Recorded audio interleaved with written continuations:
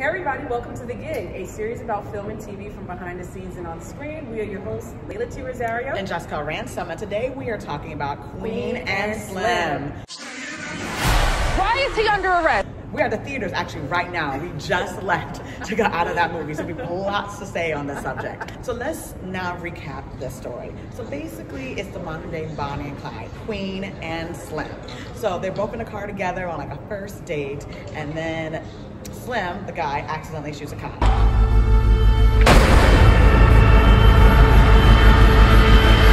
Now let's go. And when that happens, they basically go on this long road trip, and they do like a kind of, like I said, Bonnie and Clyde / Selma Louise kind of story, and it takes off from there. So it's basically about their journey to trying to get to Cuba. That's the entire point of the film. And I honestly, there were moments that I loved it, and there were moments that I thought that the writing could have been a bit stronger. For me, I thought the acting was incredible, locations, cinematography, wide shots, bird eye view, you name it. The characters themselves, there were so many different characters, and also pretty famous actors that have been casted for this particular film. But why I struggled with the film itself is because there were moments that I felt that it was unrealistic. And I get the metaphor, I get the fact that the cars and that the road is used as a timeline as we are going on this journey. They themselves, Queen and Slim, are experiencing things for the first time. Their first dance together. They've done some crimes together.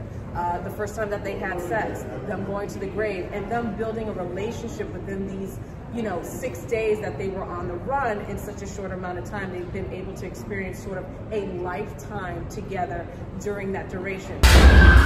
Can I be your legacy?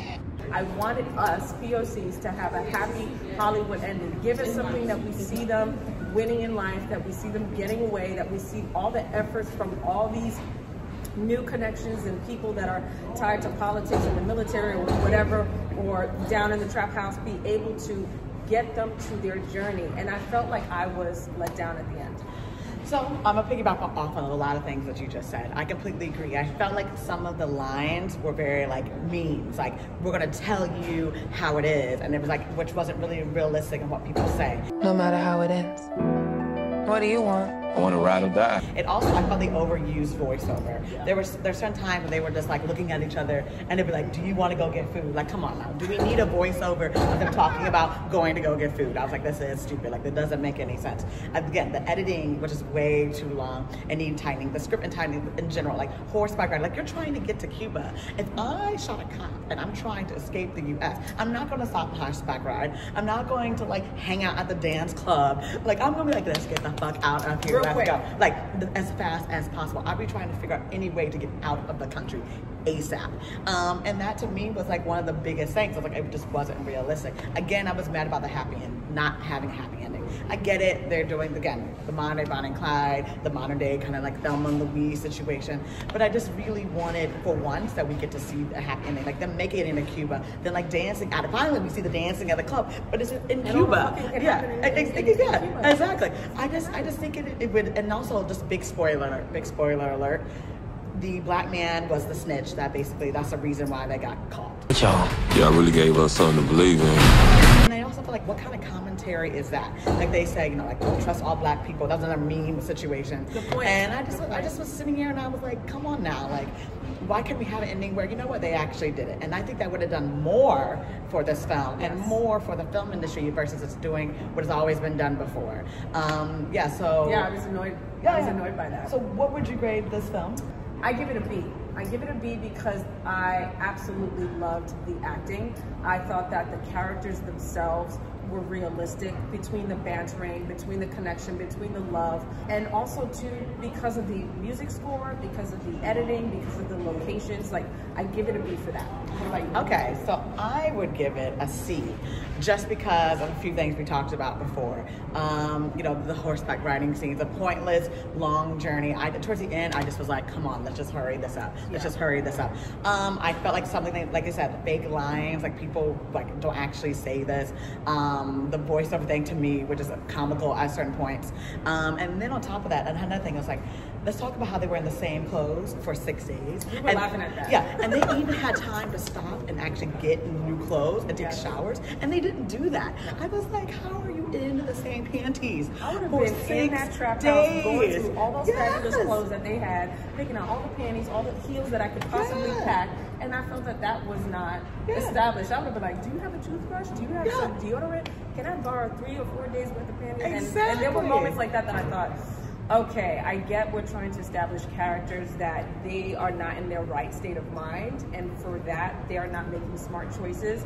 But it would have been great that if you're going to keep someone human, maybe even throw in like a sense of detail. At the end of the day, Queen is a lawyer. Yep. So yes, she's not perfect, but there would have been moments that I would have loved for her to be like, hold on, you know what? I may need a few days worth of panties and maybe even a tampon. Or even a condom, or whatever the case. Exactly. You might be fucking in the car too. Right, and my other thing about her character is that like she's supposed to be a lawyer, right? But she didn't really seem to know much about the law or like how to conduct herself. Like I have friends that are lawyers and they're boss bitches. She seemed very like trying to be a boss bitch, but really she was extremely insecure. And then on top of it, like the choices that she was making, like this doesn't, as a lawyer, this doesn't legally make sense. Yeah.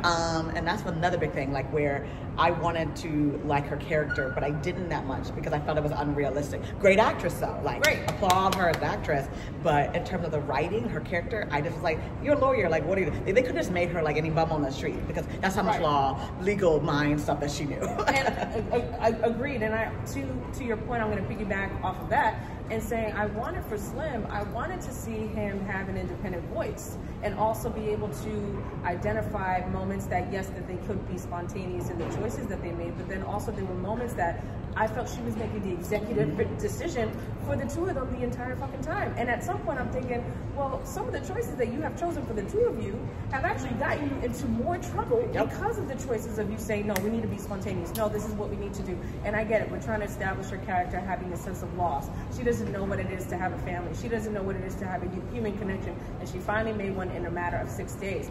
But for Slim himself, he came from a family that he loves. He came from a family that gives him the support. He's used to that connection. He's used to having faith in God. He's used to having love. So I get the contrast between the two of them, but there was only one moment where we see the uncle in the trap house where he finally looks at Slim and he's just like, do you have a voice for yourself? Do you have an opinion? Do you have something to say? And I finally thought, okay, now we're establishing that we see Slim kind of like, honestly, a puppy in love, following along the journey on the road. Like with her, there's a scene where she's the sheriff and they put him in the back of a trunk. I was like, this doesn't make sense. This is a waste of time. Like, again, if I talk about the writing, it's like that seems like a waste of like, why do that? Why should he do? Like they could have easily just like stolen the car instead of like driving back to the other car, putting him in the trunk. Like those are like moments and minutes that I'm like, you guys were not thinking, and he just went along with her without actually being like, you know, we don't need to do that. Let's just jack the car and go. You know, like, so yeah, I don't know. That's why I would give it a C. Overall, though, I mean, like you said, like great acting. You know, I love that this film is so POC. I love that, you know, they're trying to promote this a lot. And but overall, it's kind of boring. We want a happy ending for the next one. Yeah, definitely. The happy ending is the key right there. Yes. And until next time. Okay. See ya. Bye.